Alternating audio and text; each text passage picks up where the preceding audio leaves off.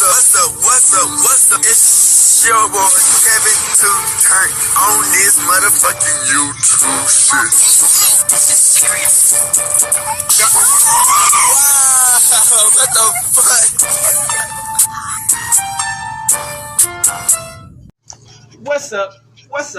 What's up? It's your boy Cant on YouTube shit. Hey man, say man, we are lit to man, turn. Motherfucking day. You're hooding outside. Big crip in it. Gang, you're hooding outside shit, man. Free Palestine, free Congo, Russia do your thing. And Texas, stand the fuck up. Each day is a new day to be a better version of yourself.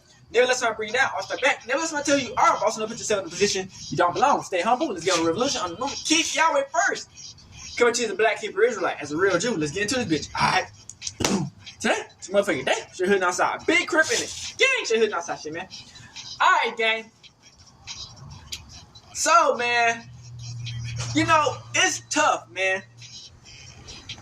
Coming up in America, KKK, trying to be a rapper or anything where you can make a lot of money on and get fame and success as a black man.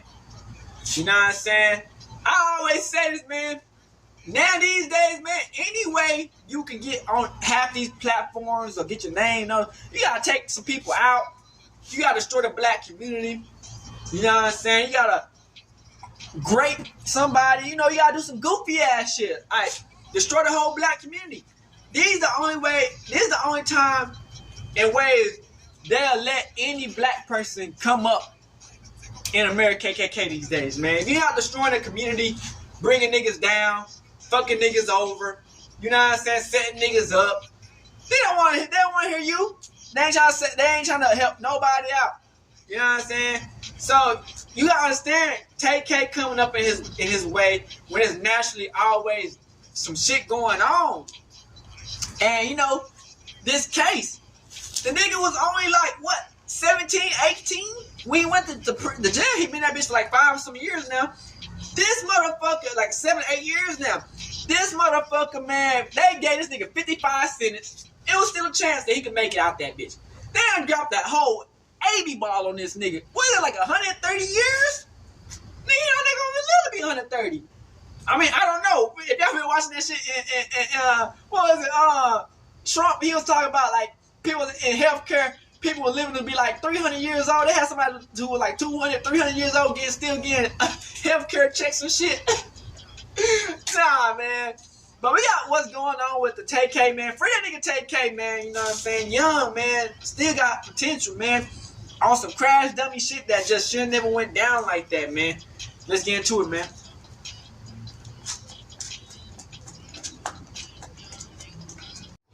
Shout out to Hip Hop Daily. Let's talk about it, man. Everyone thought Tay-K was cooked when he caught a 55-year sentence in 2019, but the story only got crazier from there. And today we're breaking down why he got hit with another 80 years in prison. Back in 2019, Tay-K got convicted of murder for killing a dude named Ethan Walker in 2016. But before the cops caught Tay-K, he cut off his ankle monitor and ran off to San Antonio, Texas. Tay-K didn't keep his head down and stay out of the spotlight though. Instead, he dropped his infamous track, The Race, and blew up like crazy while he was still on the run. And while Tay-K was doing the race for killing Ethan Walker, he murdered another dude in San Antonio named Mark Saldivar. Mark Saldivar was a photographer who was supposed to be working with Tay-K on the photo shoot. But when Mark Saldivar showed up to meet Tay-K and his homies at a Chick-fil-A, Tay-K tried to rob him.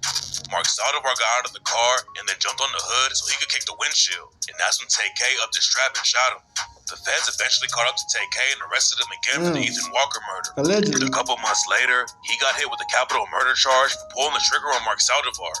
Catching the case is bad enough, but capital murder is even worse because if you get convicted, then it's an automatic life sentence without the chance of parole. Tay-K got convicted for killing Ethan Walker, and the judge handed down a 55-year sentence. But Tay-K thought he still had a chance of coming home. In 2021, Tay-K was live and had 40K people watching.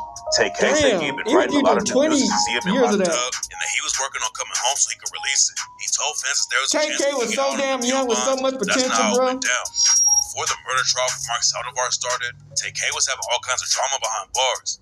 back in 2019, the news broke that Tay-K was trying to start his own prison gang called the Rugrats to go to war with a Hispanic gang called Prieto Tango Blast. The warden got tipped off about the plans and put Tay-K in solitary confinement. And then reporters got a list of rules that the Rugrats are going to use called the Laws of Power.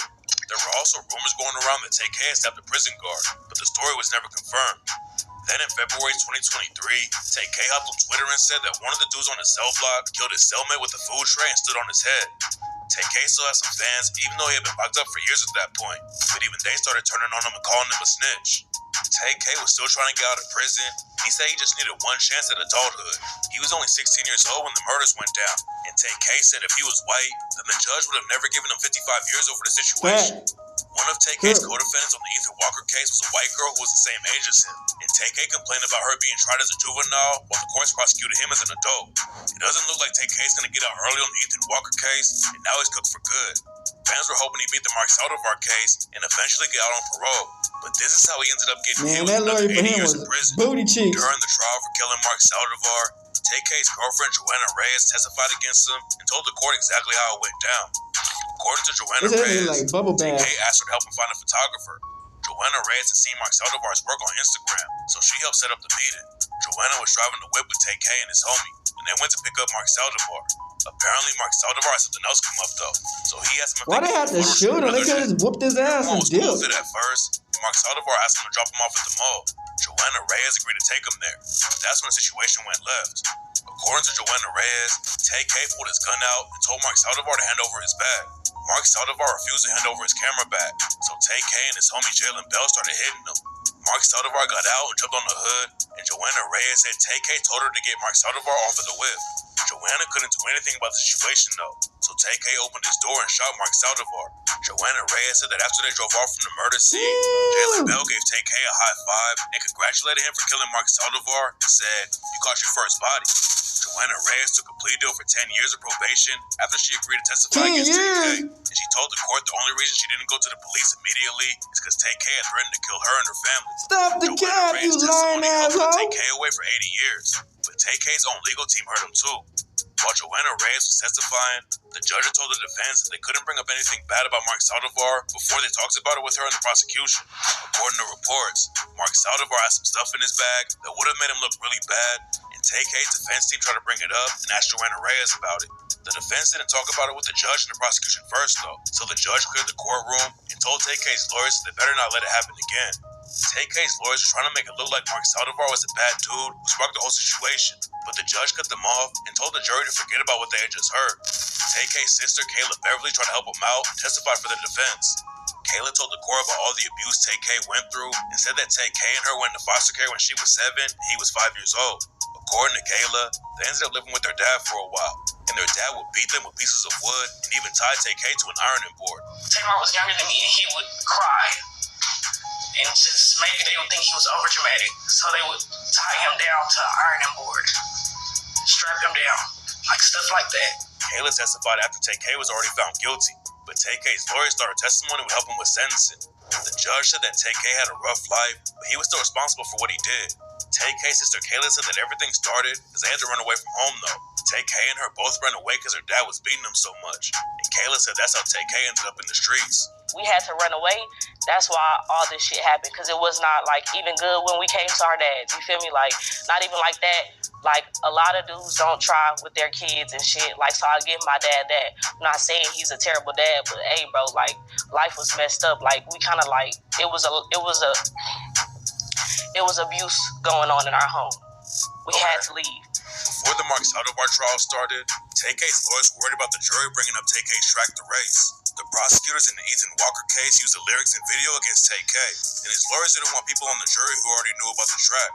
Tay-K had been popping off a little bit before he dropped the race, but that's the track that really made him famous. Killing Ethan Walker and then dropping that track while he was on the run put Tay-K all over the headlines, and it's still one of the craziest situations the rap game has ever seen. Lil Yachty remixed the track and made it blow up even more, and in 2023, he posted a letter that Tay-K sent him from prison. Tay-K has some support in the industry, but a lot of people think he would have fallen off even if he didn't get convicted of 2 murders.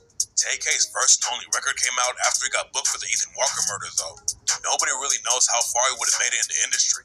Back then, a lot of people were comparing him to dudes like YB and Namir, and Namir fell off hard, even though he didn't have to fight murder cases.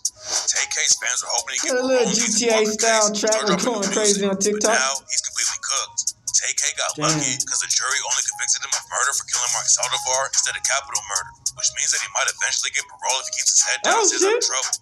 But even in the best case, Tay-K is going to be serving decades before they'll even think about letting him free again. Damn. If you didn't receive... So this Law and Crime, so this is Tay-K when he was in court before they even got down to what happened. When Tamor came over to pick up Mark from his house, at his mother's house, Mark went outside with his backpack and his camera, very definable white type camera, ran off to this car down the street, a black Kia. Little did he know he was getting into that car, and then would be falling off that car later on, shot by this individual that's sitting right over there. The state can't prove that this was not a justified homicide. The state cannot prove that Mr. McIntyre is the shooter. To rap fans, you might remember Tay-K. He was up and coming, but his song The Race catapulted him onto the charts. But was it because he was crazy talented? Sure, some might say yes. Or was it because he was arrested and charged with capital murder at just 17? I mean, two things can be true at once, right? I'm Elizabeth Milner with Law and Crime. Now, really quickly, before we get into this story, I want to announce the launch of our Law and Crime YouTube membership, a new in the second case.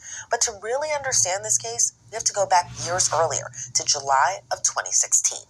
The guy on the hood of a car that was driving, and they pulled into the Chick-fil-A parking lot, and a passenger shot his gun at the guy on the hood.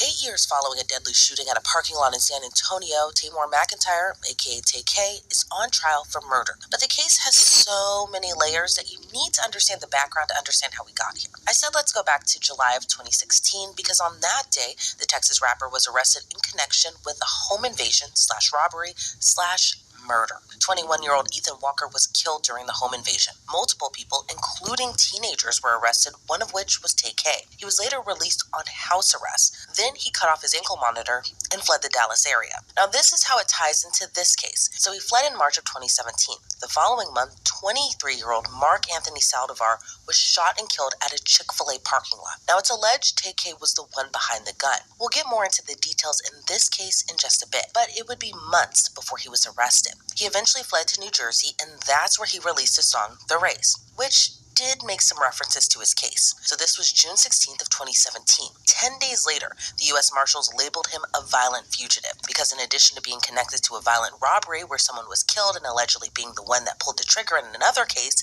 he was also accused of beating and robbing a 65-year-old at gunpoint. By June 30th of that year, Tay-K released a music video for The Race. It reached the Billboard Hot 100, went viral, but also it was the day he was arrested in New Jersey. So in June of 2019, he was found guilty of murder and aggravated robbery in the Ethan Walker case. Then in November of that same year, the Bexar County DA's office announced he was indicted on capital murder in the death of Mark Saldivar. Now, 5 years after the indictment, he's on trial. So now we're hearing more from what prosecutors say happened in April of 2017. Mark was excited. He had a rapper that contacted him about doing a photo shoot. Tamor McIntyre, AK-47, or Tay-K, here in San Antonio, Texas. He was excited. His passion was photography. His passion was taking photographs and wanted to make that his career. He was young. He was just 20 years old. Well, I mean, you can't go in somebody's car and start stomping their motherfucking window in and think you're not finna get shot when they put a gun down. He was an up-and-coming rapper. Are you crazy? Contacted. Once you got out, you should have did the dash on them. Not the motherfucking, you on top of the car and kick the window in. When Tamor came over to pick up you want to get shot. Mark from his house, at his mother's house, Mark went outside with his backpack and his camera, very definable white type camera, ran off to this car down the street, a black Kia. Little did he know he was getting into that car, and then would be falling off that car later on, shot by this individual that's sitting right over there. Prosecutors say Mark was sitting in the back seat and Tay-K was in the front passenger seat. Then all hell broke loose at an intersection. When they were at this intersection, an altercation began at that point. This man right over here pulled out a gun and turned around and started hitting with fists and also with the gun, telling him, give me your stuff, give me your stuff, give me that backpack. They're wrestling for the backpack. At that point, Jalen Bell also wants to get involved in this. He's a bigger guy, a lot bigger than Tay-K. He's in that back seat with Mark. They start beating him and trying to take away his backpack. His passion is in that backpack. He lost his life for a fucking camera? Tay-K gets that backpack away from him. Jalen Bell is still hitting and kicking and pushing Mark. Man, them cameras are expensive At a in the bitch. stoplight. There are people parked around them at that stoplight, witnessing what's going on. Because this happened at 5 o'clock on a Sunday in broad daylight. At some point, Mark gets kicked out of the car. They slam that back door. They won't let him back in the car. Help! Help! Help! He's yelling. What he loved is in that car, his camera. Give me my things! Give me my things! He knows the light's about to turn green. Nah, his light's about to turn the fuck off. That's what he knew. He runs to the front. Like, why the fuck would you jump on somebody's car when you got robbed with a gun? You know you're gonna get shot. Mistakes of his life, or rather, you're ready to die. Last part of his life. Let's be honest. Joanna Reyes is driving that vehicle. The light turns green. They drive through that stoplight. It's a Sunday afternoon. Right across the street or highway from the North Star Mall, there's a Chick-fil-A. Chick-fil-A is closed on Sundays. They pull into that Chick-fil-A parking lot. She slams on the brakes. Mark sort of stands up. Looks like he's stomping on the windshield. But then that car jerks and he falls. You'll see that passenger door open up. The front passenger door open up. But this man over here was sitting with that gun. He leans out. He shoots Mark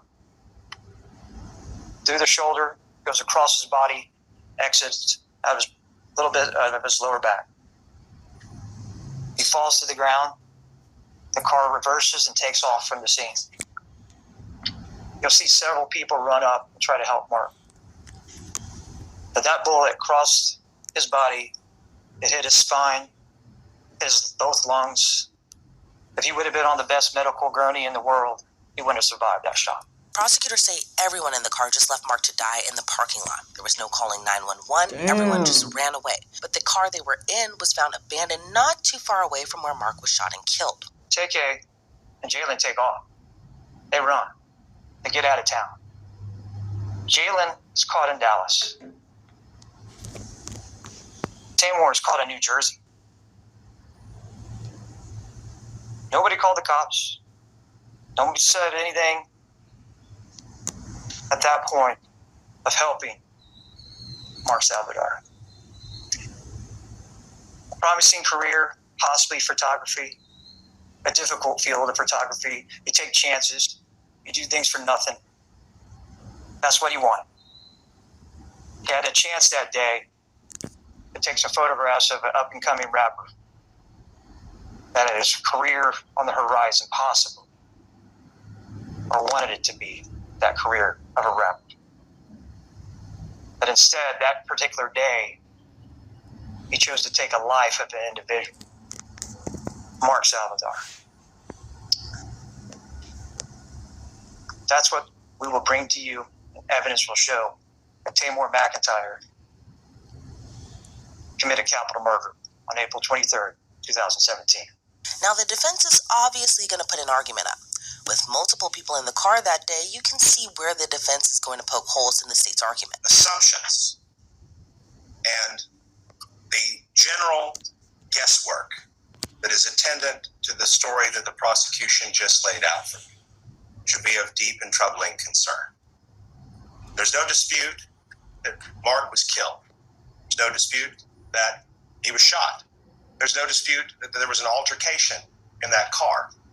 But virtually everything else that the prosecution has laid out for you is going to be told to you through either people who are making a wild guess based upon very, very small fragments of information, the bystanders, for example, on the highway, on the access road where this altercation took place, or it's going to come from people who were in the car. And I want us to stop and consider what that really means in a case like this. Mr. McIntyre is accused of capital murder. You heard yesterday extensive discussion about something called the law of parties, which is the idea that if you are assisting someone in the commission of a crime, either before it happens, while it's going on, or after the fact, you are culpable just the same as the individual who pulled the trigger, the individual who decided to take a life. That's going to be the backbone of this case, is everybody in that car pointing their finger at someone other than themselves. And the state paid to get that information developed, not with money, not with a normal kind of a transaction, but with something that is the most valuable thing a person can trace. The issue in this case. The defense argues the reason for the altercation, who sat where in the car, who fired the gun, is essentially going to be a he said, they said, they being the others in the car that day. The facts and circumstances about where people are seated, who fired the gun, why the gun was fired, all of those are similarly going to come from people with a vested interest in making sure that it doesn't come back on them. And ultimately, all of those things tied together, the way in which this case becomes a charged capital murder against Tamor McIntyre has been spun from the detective's lips so they to gave these nigga 80 witnesses' years ears off this shit. and about to be regurgitated back to you just the way the state wanted it, the state paid for it, and the state packaged it. That should be taken with an exceptional amount of scrutiny. And the law in Texas acknowledges that. I expect, after you've heard all the evidence in this case, that you will be charged on something called the accomplice witness rule, which tells you that in Texas, the law requires that the state provide corroborative evidence other than the testimony of an accomplice or a co-conspirator in order to establish guilt. And it is not alone sufficient to convict that corroborative evidence simply proved that a crime occurred. And what the state's going to try and do, I anticipate, is to stack accomplice on top of accomplice on top of accomplice to try and convince you all that that's sufficient to corroborate the offense. Don't let them do it. That's not how the law works. And you all would have to take each of those accomplices as being inherently suspect and recognize that they can't corroborate each other. And what we're left with at the end of that is going to be the actions of law enforcement investigating this case, which, as my colleague, Mr. Goldstein, will explain to you in a moment, were subpar, suboptimal, and not acceptable, especially when we have this kind of a case on the line. The investigation done here was half-hearted, lazy, negligent, dilatory, and ultimately was substituted by reliance on these accomplices as the proof in the pudding, as it were, that a crime was committed. You're also going to hear some evidence about the aspect of the case Mr. Garahan described to you, which is that Mr. Saldivar got on the hood of the car after some altercation took place in the vehicle. That is to say, there will be people that testify who were just on the roadside that in broad daylight on a Sunday, there was some kind of an altercation in that car. Accounts will differ. Some people describe the individual as an African-American man, young. Some will describe that individual as having a pistol. Some didn't see one. Some will describe that individual as being a Hispanic young man. Some will say that the Hispanic young man had a gun. Some don't. All of those things, I think we have to understand. So they said the Hispanic dude had a gun? This happened in the flash of an eye. It happened in a place where you don't normally expect to see something like that. We're talking about Chick-fil-A over on the north side of town across from North Star Mall. not your normal 5 o'clock Sunday activity. And what they saw is what little piece of this overall story they saw. But what seems to be consistently accepted, at least by the lead detective on the case at the end, as he synthesizes all of these little snippets of observation, is that Mark Anthony Saldivar got out of the vehicle, proceeded to argue with the occupants of the vehicle while inside, they're still inside, and then jumped onto the hood of the car and began stomping the windshield of that car. And you'll see the windshield of that car caved in.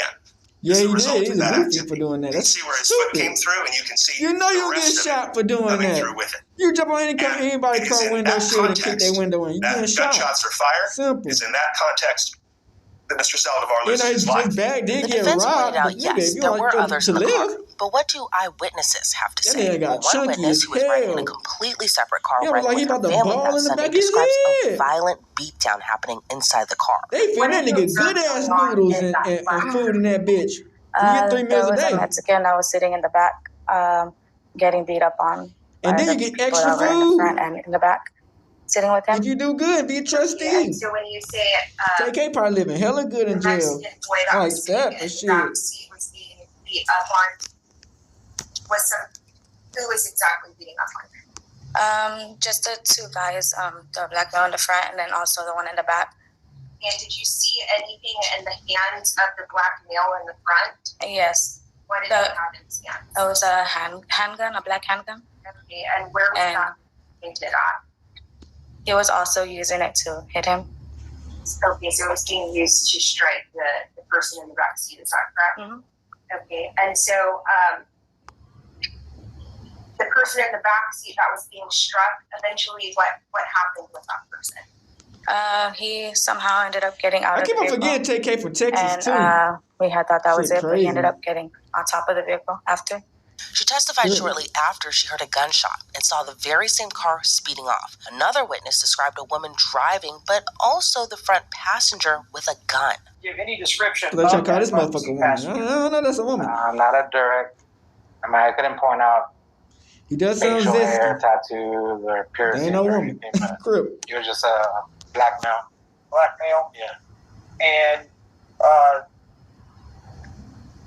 obviously you just stated, I just need to ask, could you even tell the age?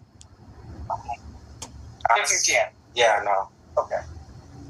And when you're observing this front seat passenger, black male with a gun, you said he was, what was he doing? How was if he's in the passenger seat up there, yeah. And Your Honor, may I just stand here? Yes. Demonstrate to the jury if you're that black male with the gun and there's a driver, is that correct? Yeah, there was a female driver. A female driver? Yeah. And so that I'd be right next to you. So if I'm that female driver and you're that black male with the gun, Mm-hmm. do you remember which hand he was using, or if you recall? Right. His right hand? Show the jury what that black male with the gun was doing. Initially, I saw what I did see. He was reaching over like to the back, swinging it and like trying to intimidate somebody that was back there that they were trying to get a control over or something. I'm not sure. So in the back seat. In the back seat, yeah. And so you're saying swing. Was the person leaning or was he turned around? How was that individual? The gun was in his right hand, and he was just reaching over, and And could you tell if it was any passengers in the back seat? I believe I saw 2 individuals. There might have been 3. The 911 calls added another layer. The bullets came from the passenger side. I just witnessed a gun shooting. Oh, what, ma'am? Hello? Hello? Hello, ma'am, where are you? It's Joe's Maltzberger and 410 by the Chick-fil-A at Joe and South. 410 or Joe's Maltzberger? I'm having a hard time hearing you. Joe's Maltzberger and 410. Okay. What's going on? The guy on the hood of a car that was driving, and they pulled into the Chick-fil-A parking lot, and the passenger shot his gun at the guy on the hood. I can tell you that the windshield of the car is shattered because the guy, it looked like hit the windshield also. So he shot the window. So he like shot through the window? Yeah, it looks like he hit the window when he shot her. Okay, and it was a black sedan, right? Yes. Now, this was all on day one of trial. Now, remember, Tay-K was already found guilty in his first murder trial, so he's already serving a 55-year sentence. But if he's found guilty in this case, it's an automatic sentence of life in prison. If Tay-K is found guilty in this trial out of Bexar County, it does come with the possibility of parole after serving 30 years. If you want to watch Gavel to Gavel coverage, head over to our Law and Crime Trials channel. Shout out to Publix X. You know what I'm saying? It's the full story of Tay-K, what really went down. Tay-K has been in prison for the last 6 years out of a 55-year sentence given to him by a jury. Prior to this, he was on house arrest for 8 months. Well, this is 2 years ago, so, you know, this probably, he's been in that bitch for 8 years. He and his best friend cut off their ankle monitors and said they were going on the run. And if police wanted them, they were going to have to come find them. It would take U.S. Marshals a 3-month nationwide search when they eventually apprehended him on the other side of the country, with Tay-K taunting them every step of the way. Eventually, on June 30th, 2017, he was captured. But he had one more trick up his sleeve to show the world.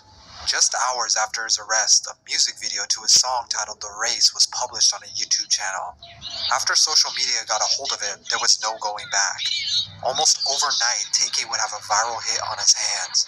People were now tuning into this story of a 17-year-old kid who ran from the police, made songs about it, and you couldn't even help but watch it. But nobody at the time knew the severity of his crimes. The blood of 2 innocent people had been shed. Tamor McIntyre ever so slightly rolled his head to the side as a judge announced his 55-year prison sentence for the murder of Ethan Walker. Now, at 22 years old, he says he never had the chance to be an adult.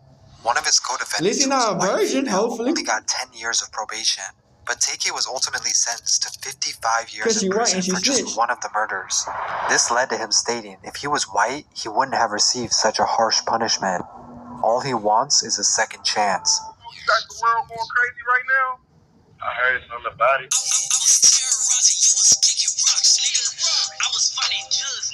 Tamor McIntyre was born June 16, 2000 in Long Beach, California, in Deep Crips territory. Both of his parents were gang members, and even though his dad was always in and out of prison, his mom was still active with the Baby Insane Crips while raising the 2 kids, him and his sister Kayla. But things really took a turn for the worse when his dad was doing a 7-year run in prison for a deal gone bad in 2002. Without a father figure around, it was hard for him to find guidance.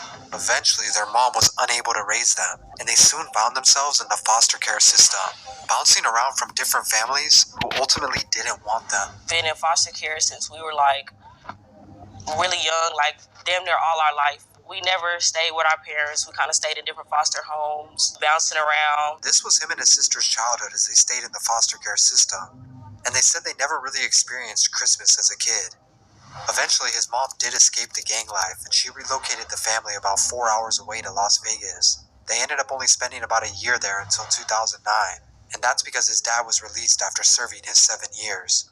Being forced to Texas was the last thing they wanted, but Tamor was enrolled in elementary school, and then eventually middle school. Still, he and his sister felt trapped with their dad, who by now had started to abuse them badly for the smallest things. He didn't want to think about it, and he wanted to be anywhere else but home, so he stayed at friends' houses as much as he could. Now the streets welcomed him, and he welcomed the streets. Buttery flavored pretzel crust is back.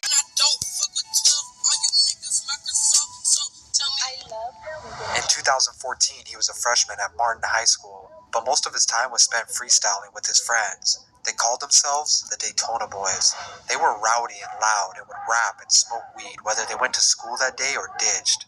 3 people made up the Daytona Boyz: Eric Johnson or Santana Sage, Jalen Bell or Pimps, and Tamor, who now rapped as Tay-K 47.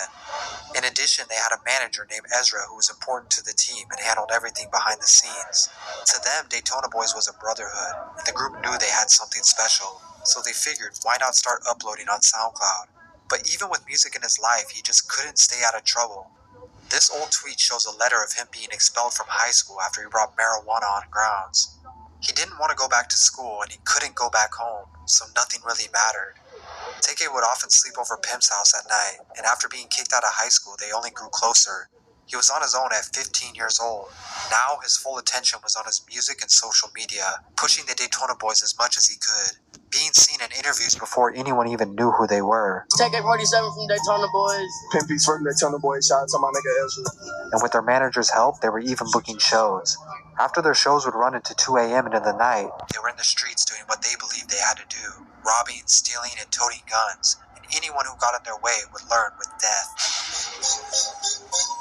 Shooting involved an exchange of words between two carloads of people who just left a party New Year's morning 2016.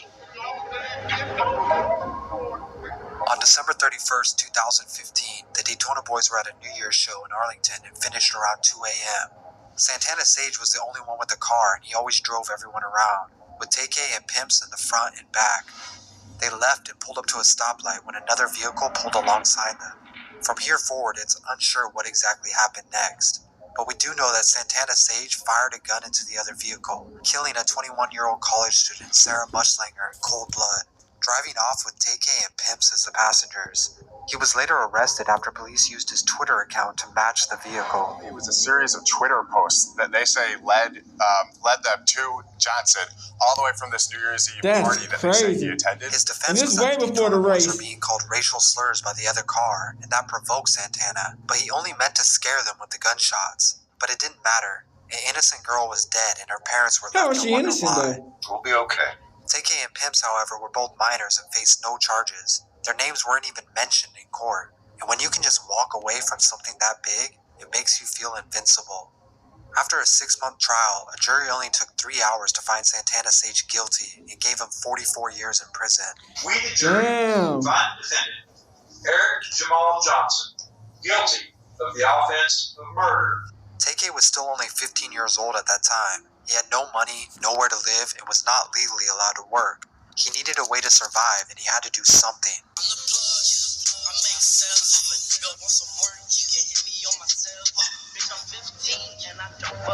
On July 26, 2016, Tay-K, pimps, and 5 others would formulate a plan. Sean Robinson, Lotharian Merritt, Ariana Barrett, Megan Holt, and a minor named Mia. Together, they made a plan to rob Mia's boyfriend, 17-year-old Zachary Bellet, while he was inside of his home. Their plan would go like this. Zachary and his roommate Ethan were staying at a house located on the 1500 block of Mansfield, Texas. Tay-K and the 6 others met in an apartment where they gathered weapons and talked over the plan. Pimps got brass knuckles and 2 of the men grabbed guns. Tay-K was unarmed and says he told the group to have his back in case anything went down. Mia and her 2 friends Ariana and Megan left to Zachary's house around 5 p.m. They made it seem as if they just wanted to smoke and hang out.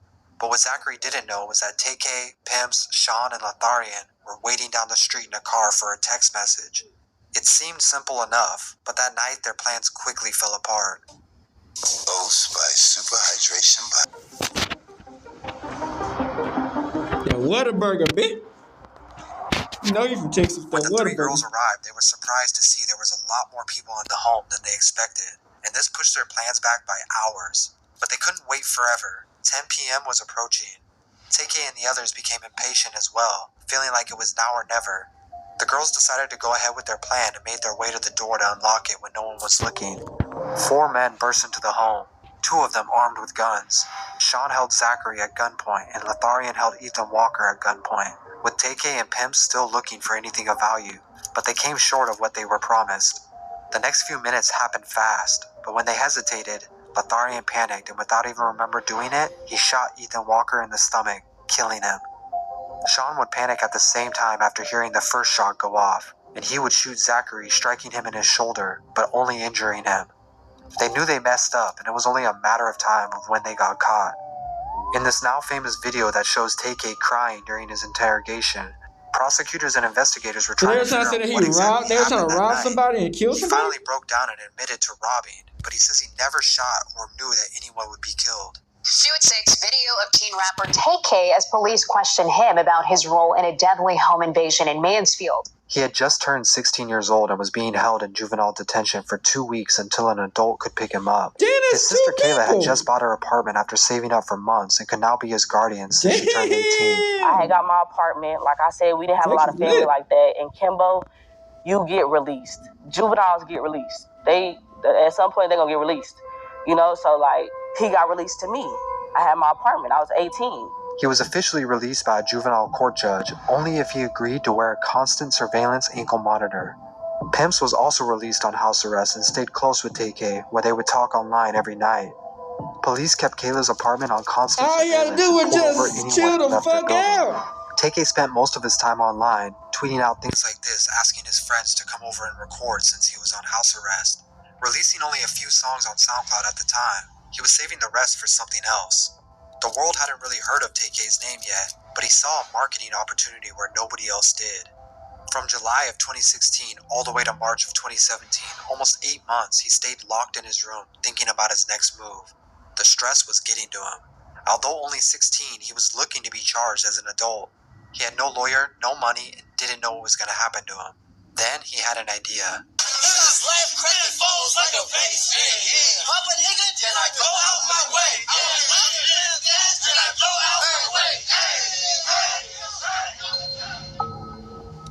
On Sunday, March 26, 2017, late into the night, Tay-K would post this now infamous tweet saying he was done with house arrest, and social media would spread it around. He called Pimps and the two made a plan. They would both cut their ankle monitors off and make it clear to the world that this was all a game to them. And if police wanted them, they were going to have to play hide and seek. They needed to get out of town, and their first stop would be 3 hours away in San Antonio, where they laid low for a few weeks. Tay-K had no regard for being wanted. He was spotted by fans at malls or even ordering food at local spots. Pimps had been messaging a photographer for a few days named Mark Saldivar, who lived around the San Antonio area, and they were planning to meet up to take pictures. But in reality, Tay-K and Pimps needed money, and they planned to rob an innocent man of his camera equipment. They planned to meet around 5 p.m. near an empty parking garage. Mark would show up and hop into the car to smoke, and when he got inside, they would take everything he had and then forcefully kick him out of the vehicle. But when this went down, things didn't go according to plan. Again. Mark began yelling as loud as he could for help, and he ran toward the street. They sped up after him, trying to run him over, but he landed on the hood and held on as they drove off. They had to pull into a Chick-fil-A parking lot nearby to get him off. When the car stopped, Mark got up, stomped on the windshield as hard as he could, breaking it.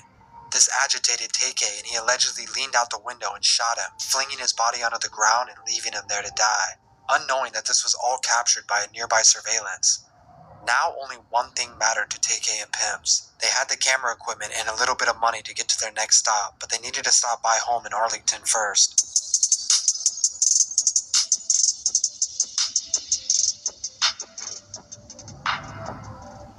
By now, San Antonio police had already tied Tay-K and Pimps to the murder of Mark from last month at Chick-fil-A. Realizing they needed to leave immediately, they planned to go on a 23-hour car ride to New Jersey, where they knew a few people and a place to stay. Any money they had left would be used just to get there, and they needed every dollar. He even had someone willing to do a music video for free if he went to Jersey. By now, it was early June. Police were receiving tips on his whereabouts, posting wanted posters in areas they believed the two to be. Of course, Tay-K only saw this as another marketing opportunity and decided to make a song about his race. Help save lives. Donate plasma. When he saw it as a market opportunity, you know what he did? Created a song called The Race. I'm the Tay-K, and he's running around, he's showing they got my face on this, whatever. Poke fun at the whole process of people actually looking for him. It was perfect timing. And to make it better, he wanted to release the song on his birthday. Oh, he was a Those creep. following his SoundCloud and Twitter were the I didn't first even to know hear the that. song, but there was no video just yet. Tay-K, along with the help of a cameraman, would film the music video to The Race the following day, and he didn't charge him a penny for it. It would only take about a day to edit the video, but it was ready whenever Tay-K was. The two spent their last weeks of freedom hiding and eluding the law in New Jersey. Marshals could tell they were getting close to capturing him, and at this point, it was simply a matter of when.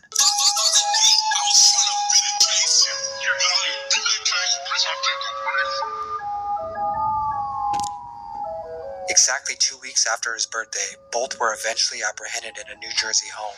A total of 3 months spanning 96 days, and the race had finally ended June 30th, 2017. But Tay-K still had one more trick up his sleeve, and he wanted the whole world to know his story before he went down. Just 2 hours after he was arrested, the music video to The Race was uploaded to YouTube. The story of this shooter kid who ran from the U.S. Marshals and filmed a music video while doing it. People were instantly engaged, and social media pushed it to every corner of the internet. People couldn't help but tune into the song as it was getting hundreds of thousands of views every day, showing no signs of slowing down. Some of the first remixes and endorsements by other rappers showed up, and the hashtag Free Tay-K was being posted, but nobody really acknowledged what he was now facing. Now, law enforcement wanted to make an example out of Tay-K, and Texas shows no mercy for the crime of murder. A month after being arrested, a judge ruled to sentence him as an adult at 17 years old. But in the outside world, the race had gotten almost 20 million views by now, and some record labels were taking notice. He would still sign a deal amid 2 murder charges. Using all of his past songs, they released a project titled Santana World, with the race headlining the project, and of course, it was very successful. Over the course of the next 6 months, the race would accumulate over 100 million views, including a remix from 21 Savage and Young Nudy, making him one of the only artists in history to have a massive hit song and never perform it.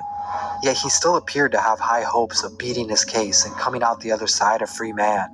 To him, living in jail was only a temporary thing, and he would soon be out. But now, early into 2018, sentences for the 2016 murder of Ethan Walker began being handed out. The first to go down was Megan Holt, who was sentenced to 20 years in February. The courts recognized her as the mastermind behind the whole thing, while Mia, Zach's girlfriend, had been cooperating and working closely with the police, and in exchange was only given a 10-year probation sentence. The dominoes around Tay-K were starting to fall. He had already been denied bond, and now the state district judge was upset with the internet's support for him. Here's what he said. It's my understanding that people throughout this country have free Tay-K signs up, and this court has a problem with that. Just after his bail was denied, Letharian Merritt was also sentenced to 40 years after being named the person who shot Ethan Walker and the gunman. 40 years looking pretty good right now. That Tay-K was being sued by Mark Saldivar's parents for $1 million in damages for the Chick-fil-A killing. This is after finding out he had become a superstar since his capture almost a year before. The following month in July, the parents of Ethan Walker and Zachary Below would follow suit, seeking an additional $1 million from the profits made off of the race. While this is happening, Adam 22 was able to get an exclusive 10-minute phone interview from jail where Tay-K would tell the world he was going to be out soon. That's crazy to think about. That you probably would have already seen the world right now if you weren't locked up. Like, it's crazy. Adam 22 is such a fucking bullshit. He knew that shit was not going to happen like how he's saying it, man. But during this interview, he also made a huge mistake by admitting he had an iPad in his jail cell. I got a tablet. Like, I got an iPad. I be listening to music in this house. Just days later, he would have a shakedown where the iPad was found, with Adam later even stating he felt guilty for it happening. The management did not ask me to remove the part where he talked about having an iPad. And so then he gets involuntary, all kinds of whatever additional charges because he had an iPad, and he's just in jail using the iPad. By August, Tay-K transferred from the Tarrant County Jail in Texas to a maximum security Long Evans Correction Center, being put into a solitary confinement cell for 23 hours a day. But he never lost his positive optimism, and he posted a picture of himself on Twitter. The caption read, "Live from the gates of hell." Sipping the purple like spiral. She said she ain't heard from Tay-K in a while. The image on my tea is a crocodile. The murder charges for Ethan Walker were coming to a close, and another sentence was handed to Ariana Barrett for aggravated robbery. In exchange for her testifying against the remaining 3 men, she was only given 25 years. A week after that, Sean Robinson was given 40 years for the murder. Pimps and Tay-K were still left waiting for their sentence, both indicted for a second murder charge of Mark Saldivar. Pimps was even offered a deal to testify against Tay-K, but he never turned his back. To him, it was still a brotherhood there, and loyalty was forever. But in November of 2018, Pimps would pay the ultimate price for his crimes, pleading guilty to 2 counts of aggravated robbery of Ethan Walker and Mark Saldivar, being given 30 years. Just like that, Tay-K's best friend was gone. Now he was the final man standing, and the world wanted to know what was going to happen to him. But no one as much as he wanted to know. The jury deliberated for a little longer than 3 hours today here before deciding on that 55-year sentence. That song... In July of 2019, his trial finally began. 3 years of evidence and testimonies being gathered, and prosecutors had a strong case. He pleaded guilty for aggravated robbery, but not the murder. His defense argued that he was a minor who played the least significant role, but it was apparent the jury had already heard enough. The lyrics for the race were legally being used against him, and they even stated that he thrived off the violence and showed no remorse for his actions. His trial only lasted 1 week, and by that Friday, the jury decided that he was guilty. Tamor says he was only 16 and misguided at the time when this all happened. claiming he was never given a chance to be an adult. His misguided childhood is sad, but should never be used as an excuse for taking the lives of others. Turning 22 years old from behind a cell, Tay-K has definitely matured and is more open to talking about his treatment in prison. They trying to put you down for shit. Question, you know what I'm saying? They already hate you for some reason. Chance to make things right. Damn. Free that nigga Tay-K, man. If he's innocent, he's innocent, bro. My nigga, I swear to God, all I'm gonna say is, I swear to God, if I'm you think that's what my fucking mama nigga. What was yesterday? Damn. Build your bed from the ground up, starting with a convenient. Alright, we back. So y'all see from that situation, man, Tay-K fucked up. You know what I'm saying? Them other two dudes who was with him, man, it look like they got the easy deal. You know what I'm saying? Who would have thought somebody saying you get a 40-year piece and you get a 44-piece sounded good to somebody? Nigga, this nigga got 130 years. You know what I'm saying? It's like, damn, he kept on skating by though. He had like what 2-3 murders. They was trying to put the bodies on him, and they had him like he was kind of good. He cut the ankle breaking bracelet and went on the run and created a whole song, man. That's the thing that really fucked him up. You know what I'm saying? Creating that song. It's like after that person, that Mexican dude got popped, and then they said that he went on the run and dissed the whole police force and all that other goofy ass shit. That's what really fucked his ass up. But he wouldn't have been this famous. You know what I'm saying? Nobody would know nothing about it. We wouldn't even know nothing about Tay-K at this point, because that was the song that blew him up. You know what I'm saying? Nigga got over 100 million of views. Like, damn, man, you know, when you got so much potential, man, you just throw it all away. You know what I'm saying? For that instant moment, man. It's like, damn, he got potential, but like, what we even knew about it if he would never did all this extra ass goofy shit. You know what I'm saying? So it's like, it's a curse and a gift, you know what I'm saying? Everybody know him about him, but now he up in the cold hard jail cell in that jungle, facing that many years. You know what I'm saying? I feel like the lawyer wasn't trying to help that nigga at all. I watched clips on TikTok. He was on his phone, I don't know if he was trying to, like, you get what I'm saying? Trying to help the nigga out. I don't fucking know, man. I need me some lawyers like, nigga, I'm finna cause a whole riot in this bitch like Young Thug lawyer. Nigga, I'll go to jail for that nigga. Hell no. You know what I'm saying? Like, I need somebody who really finna just fight for a nigga. You know what I'm saying? I can't get no random ass, Humpty Dumpty head ass lawyer. You just finna go with the motion and get my ass out the paint. That ain't no lawyer. Like, if I need a lawyer, bitch, for 88, I get 88 years, nigga, I might as well should have got my own self on that bitch. You know what I'm saying? It's all that or the death penalty. I would have got on stand, like, be like the other nigga. I object. You mean that nigga, he had Twix and shit. He said, I did not kill that. He was trying to fight for his life because they trying to say he did this to his people. He took his people out or some shit. It was going crazy. I would be like that, fighting for my own self. Fuck that. If my lawyer give me 88 years, I'll spend all that money on that nigga. Fuck no, I don't need no lawyer. But I could use that for my own commissary. That nigga eating hella good. That nigga like bubble baths. That nigga eating hella good. But yeah, gang, that was crazy ass shit, man, that happened, man. Free that nigga Tay-K. Hopefully he get he's still a chance that he can get out. There's still a slim chance. But yeah, man, we out this bitch, man. Hood, Northside, Big Crip. I hope we can still talk about Tay-K soon, man. Hey, Dad, you know, dog, when we link up, dog, this shit be legendary. You know this instrumental, you the engineer on it, so Kodak everywhere.